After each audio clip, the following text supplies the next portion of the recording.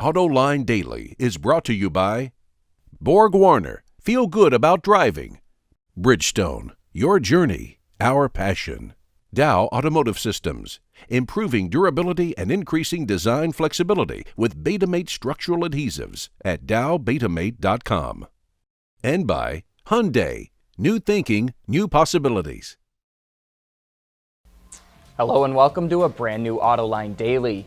I'm Sean McElroy filling in for John today, but now let's look at today's top stories. And we start off with Toyota, who just posted its yearly earnings for its most recent fiscal year. The Japanese automaker sold over 9.1 million vehicles, which is up nearly 3% from a year ago. But despite the boost in sales, it didn't translate to more revenue for the company. Total revenue came to what sounds like a staggering $257 billion. However, that's a drop of 3.6%. Toyota's other numbers are strong though. Its operating profit hit $22.9 billion, up 44%, and its net profit was just over $18 billion, which is up a whopping 57% from a year ago. And in other Toyota news, last year we reported that Subaru will no longer build the Camry at its plant in Lafayette, Indiana, and now we get word that Toyota will shift Camry production of about 100,000 units to its Georgetown, Kentucky facility in the fall of 2016. To make up for the lost capacity, Bloomberg reports that Subaru may build a new SUV that's designed for the North American market in its Indiana plant.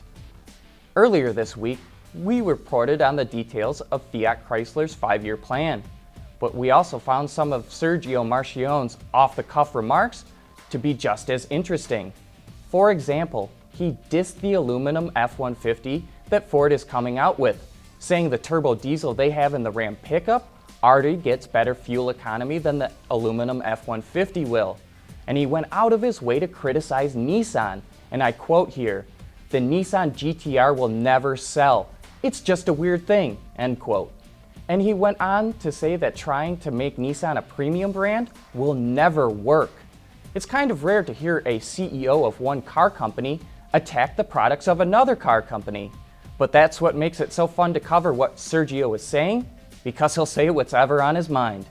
And speaking of Fiat Chrysler, the headquarters for the newly created company won't be in Michigan or Italy, but rather in London, England. The company had previously announced that it would have some operations in the UK for tax purposes, but it hadn't selected a city. One analyst tells Bloomberg that the move makes sense because London is a financial capital, it's centrally located between FCA's global operations, and it avoids fallout from choosing Michigan over Italy or the other way around. While US sales of the Ford Fiesta with the 1-liter 3-cylinder EcoBoost engine are still small, they're actually beating the automaker's expectations. The engine first arrived in December and since then has seen a take rate of about 4 to 8% depending on the month, which comes out to a little over 1,000 units.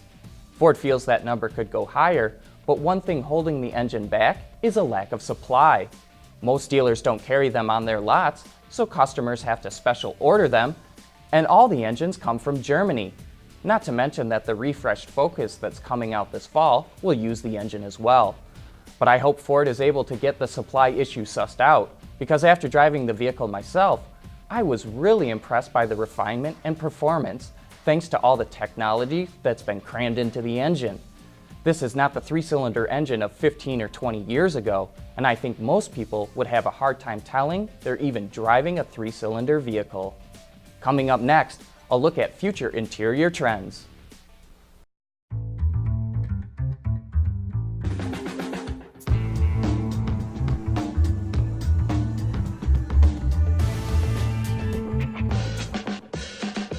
The new Sonata from Hyundai.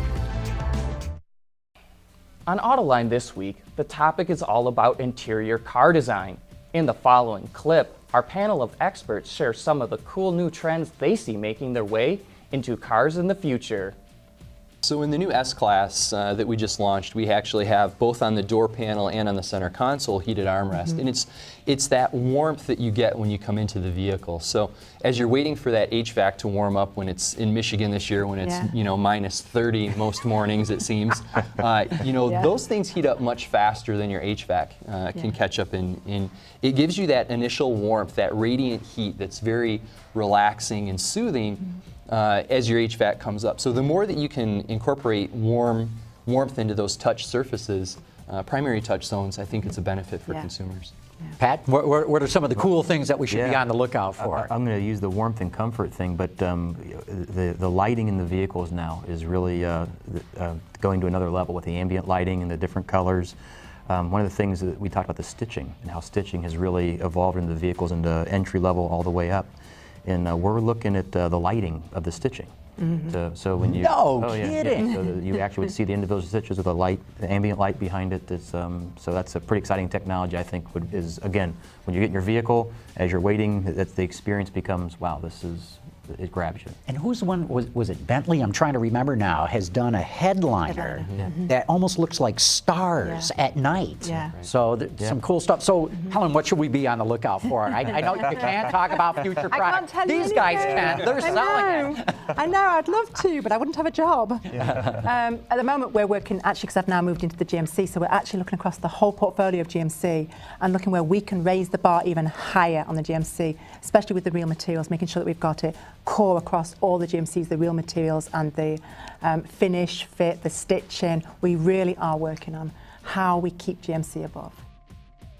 Joining John for that show is Helen Emsley from GM Design, Jay Hutchins from Forcia, and Pat Stewart from Intiva.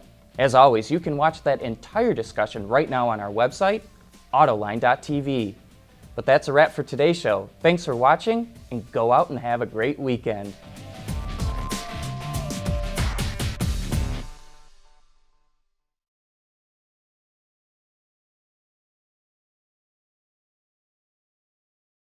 Wards is the industry leader for news, data, and analysis. That's why companies across the globe subscribe to our premium service, maybe even your own. Log in for subscriber access now. Check your company's intranet for details, and rely on wardsauto.com to keep you informed.